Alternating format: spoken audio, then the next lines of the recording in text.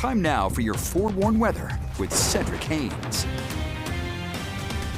Okay, you were saying? I was saying, Cedric, we were talking about changes, and I know you've gotten a lot of heat from people getting mad about the warm weather recently. That's so you've got to be ready for a change now. Yeah, we're kind of ready for a change in the weather department. We're talking record highs every single day, it seems like, but things are definitely about to change in a huge way. We're not only talking about getting rid of the heat that we've had out there, but we're going to actually get some beneficial precipitation. Those wildfires, they need some good precipitation to help squash those things. And I think we're going to be able to do that for you as we get towards the end of this week. But let me show you the temperatures, because today was another day with temperatures some 10 to 15 degrees above where they should be for this time of the year. 78 degrees currently in Ogden. It's 79 still in Logan. We've got 78 in Heber, 73 Price, 79 in Milford, and 87 degrees currently in St. George. Here's the weather map. Not much going on across the Beehive State today. We had this weak upper level low that was over southwest Utah yesterday. That was spinning in just a little moisture across the southeast, but that's now over towards Colorado, New Mexico, and Arizona now and away from us. But don't worry, we're going to get our chance of seeing some precipitation as we go into the next couple of days. Thanks to this next weather maker, you can almost see this big old trough that's showing up here across the west. Now, this system is going to come at us in two parts. So the first part will be this front that will kind of ooze into the area. That will bring us our first chance of scattered showers and also cooler temperatures. And then the second wave coming in from the Gulf of Alaska, that will bring us the more significant changes, including this big dip in the jet stream that's going to bring us some much colder air and also another surge of moisture, which will be fairly widespread, which is why we're going to see some decent precipitation chances. Now, ahead of this storm system, we've got red flag warnings in effect from areas along and west of I-15, so the western half of the Beehive State. This is for Wednesday afternoon through Wednesday evening. Those winds are going to be picking up out of the south and southwest, 10 to 20 miles per hour. We're going to see gusts over 30 miles per hour at times, and with the humidity levels as low as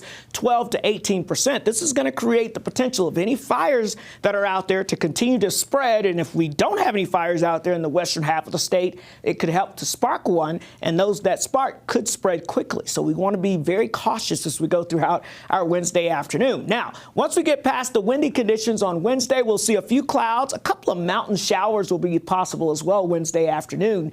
But here comes that front Wednesday night into Thursday, and as we go throughout Thursday, that'll create a chance of scattered showers. But as this front gets that second surge of energy coming in, that's going to create widespread rain across the area as we go into your Thursday night into Friday. And not only are we talking widespread rainfall, we're going to be pulling in that colder air. So look at this. We're going to see in the higher elevations mountain snow developing, and that'll be off and on rain and snow chances for your Friday. And this system kind of stays around the region as we go into the weekend, so it'll stay unsettled. Now, this is just through Thursday night, but you can kind of see the highest potential of accumulating snow in the high Uintas here. Notice the blue, that could be up to 8 to a foot of snow just for Thursday night, and even some of the places like the Wasatch Back, but especially as you get into the mountains south of I-80, could see anywhere from 4 to 8 inches. Again, this is just for Thursday night, and then we get another surge of moisture going into your Friday. So that's all you have these winter storm watches in effect for the high Uintas and the Wasatch Mountains, especially south of I-80. Look at these snowfall totals, potentials there, 10 to 18 inches, up to 24 inches in the western Uintas, and 12 to 24 inches are expected in the Wasatch Mountains, especially above 7,000 feet. So, yeah, we've got those major changes, and if you don't see snow, we could see a ½ inch to 1.5 inches of liquid precipitation, which would be wonderful news for these wildfires. We've got to get some moisture in here, folks. It's been a very dry stretch. Now, let me show you the forecast in St. George, because we're going to go from the mid-80s down into, yeah, look at that, the 50s by Friday, with good rain chances off and on throughout the weekend. The Wasatch Front, 80s to 40s, rain, snow, wind, chilly temperatures. Yeah, it's got it all in the forecast. I was surveying the winter wardrobe. Like, are my boots ready? Right. Do I need new ones? Like, what's going on? The jackets out. You got to. I'm feeling for like football. Yes. Anyone who plays outside. Exactly. I'm bringing my skis out. That's all I know. I'm ready. I'm ready. And that's just to get to work. That's right.